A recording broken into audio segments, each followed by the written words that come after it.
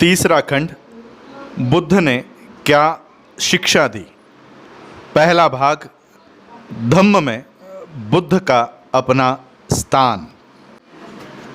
पाठ 3, बुद्ध ने अपने लिए अथवा अपने धम्म के लिए किसी प्रकार के दैवत्व का, ईश्वरीय होने का दावा नहीं किया। उनका धम्म मनुष्य के लिए एक मनुष्य द्वारा खोजा गया धम्म था। ये कोई साक्षात्कार नहीं था। विश्व के सभी मेरे साथियों को राजरत्न अम्बेडकर की ओर से जय भीम, नमो बुद्धाय। द बुद्धायन धम्मा के 41वें भाग में आप सभी लोगों का स्वागत है। तो चलिए शुरू करते हैं आज का ये भाग। प्रत्येक धर्म के संस्थापकों ने खुद के लिए दैवी होने का या ईश्वरीय होने का या भगवान से, ईश्वर से निर्माण होने का दावा किया है। या तो अपने लिए, या तो अपने सिद्धांतों के लिए, उपदेशों के लिए, शिक्षाओं के लिए उन्होंने दैवी होने का दावा किया है। मोसेस, इन्होंने अपने आप के लिए दैवी होने का दावा नहीं किया, लेकिन उन्होंने अपने सिद्धांतों को, अपने उपदेशों के लिए, अपने शिक्षाओं के लिए दैवी होने का, ईश्वर निर्मित होने का उन्होंने वो दावा किया। उसने अपने अनुयायियों से ये कहा कि अगर वो दूध से और मधु से, मिल्क एंड हनी, दूध और मधु से बहने वाले प्रदेश में अगर जाना चाहते हैं तो उसने बताए हुए जो सिद्धांत है, उसने बताए हुए जो उपदेश है, उसको वो स्वीकार करना होगा, क्योंकि वो भगवान ने, ईश्वर ने बनाए हुए हैं, रचाए हुए हैं, ईश्वर रचित है। जीसस ने खुद के लिए, उन्होंने खुद के लिए ही ईश्वर होने का दावा किया, दैवी होने का दावा किया। उन्होंने ये भी दावा किया कि वो ईश्वर के संतान है, ईश्वर के पुत्र है, सन ऑफ गॉड। और स्वाभाविक तौर पर अगर ईश्वर के पुत्र अगर कोई उपदेश देते हैं तो स्वाभाविक उनके जो उपदेश है वो भी दैवी हो जाएंगे, वो भी ईश्वरीय हो जाएंगे, ईश्वर निर्मित हो जाएंगे। वो उपदेशों की उत्पत्ति ईश्वर से की गई है। कृष्ण ने तो खुद को ही भगवान मान लिया और उनके शब्द यानी गीता, ये उनके उपदेश मान लिए गए। लेकिन बुद्ध ने कभी भी खुद के लिए या उनके उपदेशों के लिए उन्होंने कभी ईश्वरीय होने का, ईश्वर निर्मित होने का, भगवान का निर्माण किया होने का कभी दावा नहीं किया। उन्होंने सिर्फ ये दावा किया कि अन्य इंसानों की तरह ही तथागत बुद्ध भी एक इंसान है और उन्होंने लोगों को जो संदेश दिया है, लोगों को जो उपदेश दिया है, जो सिद्धांत बताया है, ये केवल एक मनुष्य ने दूसरे मनुष्य को दिया हुआ संदेश है। उन्होंने कभी यह दावा नहीं किया कि उन्होंने दिया हुआ संदेश, इसमें कभी कोई गलती हो ही नहीं सकती। उन्होंने सिर्फ यह दावा किया कि उनका उपदेश, उनका संदेश, उनके सिद्धांत ये मोक्ष प्राप्त करने का सच्चा मार्ग है। इसका आधार विश्व के मनुष्यों का जीवन के संदर्भ में उनका जो अनुभव है वो है। उन्होंने कहा कि उनके संदेश ये सभी के लिए खुले हैं। कोई भी आकर इस पर सवाल उठा सकता है, उसकी जांच पड़ताल कर सकता है, उसका परीक्षण कर सकता है और उनमें कितनी सच्चाई है ये वो जान सकता है। धर्म के किसी भी संस्थापक ने ऐसी खुली चुनौती, ऐसे अपने ही धर्म को खरा उतरने के लिए ऐसी खुली चुनौती किसी ने भी नहीं दी होगी। वो खुली चुनौती तथागत बुद्ध ने सभी लोगों को दी है। तीसरा खंड, बुद्ध ने क्या शिक्षा दी। दूसरा भाग, बुद्ध के धम्म के बारे में अलग अलग विचार। पाठ पहला, दूसरों ने उनके धम्मोपदेश को किस प्रकार समझा। तथागत बुद्ध की शिक्षाएं क्या है? ये एक ऐसा सवाल है जहां पर तथागत बुद्ध के दो अनुयायियों की या बौद्ध धर्म के विद्यार्थियों का एक मत नहीं हो सकता, ऐसा ये सवाल है। किसी के लिए समाधि ही बुद्ध की प्रमुख शिक्षाएं है, तो किसी के लिए विपश्यना ही बुद्ध की प्रमुख शिक्षा है।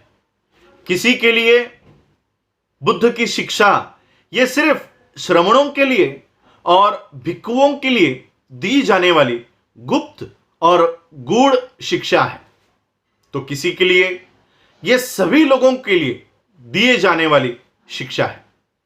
किसी के लिए ये सिर्फ एक बांझ आध्यात्मक विज्ञान है, ये बांझ सिद्धांत मात्र है, तो किसी के लिए ये केवल एक रहस्य मात्र है, और किसी के लिए ये पद्धतिबद्ध तरीके से अपनी वासना, अपनी तृष्णा, लालसा और हृदय की जो भावना है, दिल की भावना है, यह उसका पद्धतिबद्ध तरीके से दमन करना इतना ही है। बौद्ध धर्म के विषय में ऐसे कई सारे मतों का संग्रह किया जा सकता है। यह मत और यह मत भिन्नता इतनी आश्चर्यकारक है। इनमें से कुछ मत ऐसे लोगों के हैं जो किसी वस्तु की सिर्फ कल्पना ही कर सकते हैं। ये ऐसे लोग हैं जिनका मानना है कि बुद्ध धर्म का सार ये केवल समाधि और विपश्यना और गूढ़ता है। बाकी के जो मत है वो ऐसे विद्यार्थियों के हैं, और इस बात का परिणाम है कि ये ऐसे लेखकों ने लिखा है जो ज्यादातर प्राचीन भारत के इतिहास के विद्यार्थी हैं, जिनका बौद्ध धर्म से कोई लेना देना नहीं है। उनका बौद्ध धर्म के विषय में अभ्यास ये केवल प्रासंगिक और आकस्मिक है। कुछ तो बौद्ध धर्म के विषय के विद्यार्थी भी नहीं है, यहां तक कि वो एंथ्रोपोलॉजी इस विषय के भी विद्यार्थी नहीं है। एंथ्रोपोलॉजी ये विषय धर्म के मूल और उसके विकास की पढ़ाई करता है। तो ये जो मत यहां पर रखे गए हैं ये ऐसे लेखकों के हैं, ऐसे लोगों के हैं जिनका बौद्ध धर्म से कोई लेना देना नहीं, जिनका एंथ्रोपोलॉजी से भी कोई लेना देना नहीं। अब सवाल यह पैदा होता है, क्या बुद्ध ने कभी कोई सामाजिक संदेश दिया ही नहीं है? ज्यादा जोर देने पर ये विद्यार्थी, बौद्ध धर्म के ये विद्यार्थी ऐसा जवाब देते हैं कि हां, बुद्ध ने अहिंसा सिखाई है और बुद्ध ने शांति सिखाई है। और अगर पूछा जाए कि बुद्ध ने इसके अलावा और कोई सामाजिक संदेश नहीं दिया, क्या बुद्ध ने कोई और सामाजिक संदेश नहीं दिया है? क्या बुद्ध ने कभी न्याय नहीं सिखाया? क्या बुद्ध ने कभी स्वातंत्र्य नहीं सिखाया? क्या बुद्ध ने कभी प्रेम, करुणा, मैत्री नहीं सिखाई? क्या बुद्ध ने कभी बंधुता नहीं सिखाई? क्या बुद्ध कार्ल मार्क्स का जवाब नहीं हो सकते? बुद्ध धर्म की चर्चा करते समय ये सारे सवाल मुश्किल से ही उठाए जाते हैं। मेरा नहीं, डॉक्टर बाबा साहब अंबेडकर जी का जवाब है कि बुद्ध का सामाजिक संदेश है। उन्होंने इन सारे सवालों का जवाब दिया है, लेकिन वो सारे जवाब आधुनिक लेखकों ने दबा डाले हैं। तीसरा खंड, बुद्ध ने क्या शिक्षा दी। दूसरा भाग, बुद्ध के धम्म के बारे में अलग अलग विचार। पाठ दूसरा, बुद्ध का अपना वर्गीकरण। बुद्ध ने अपने ही धम्म का एक अलग वर्गीकरण किया। उन्होंने पहला वर्ग बनाया जिसे उन्होंने धम्म ये नाम दिया। उन्होंने और एक नया वर्ग तैयार किया जिसे उन्होंने, जो धम्म नहीं है, अधम्म ये नाम दिया। लेकिन ये जो अधम्म है ये भी धम्म के नाम से ही जाना गया। उन्होंने तीसरा और एक वर्ग का निर्माण किया जिसका उन्होंने नाम रखा सद्धम्म। ये जो तीसरा वर्ग है सद्धम्म, ये बुद्ध के तत्व ज्ञान का ही एक दूसरा नाम है। बुद्ध का धम्म अगर किसी को समझना है तो धम्म, अधम्म और सद्धम्म इन तीनों को समझना होगा।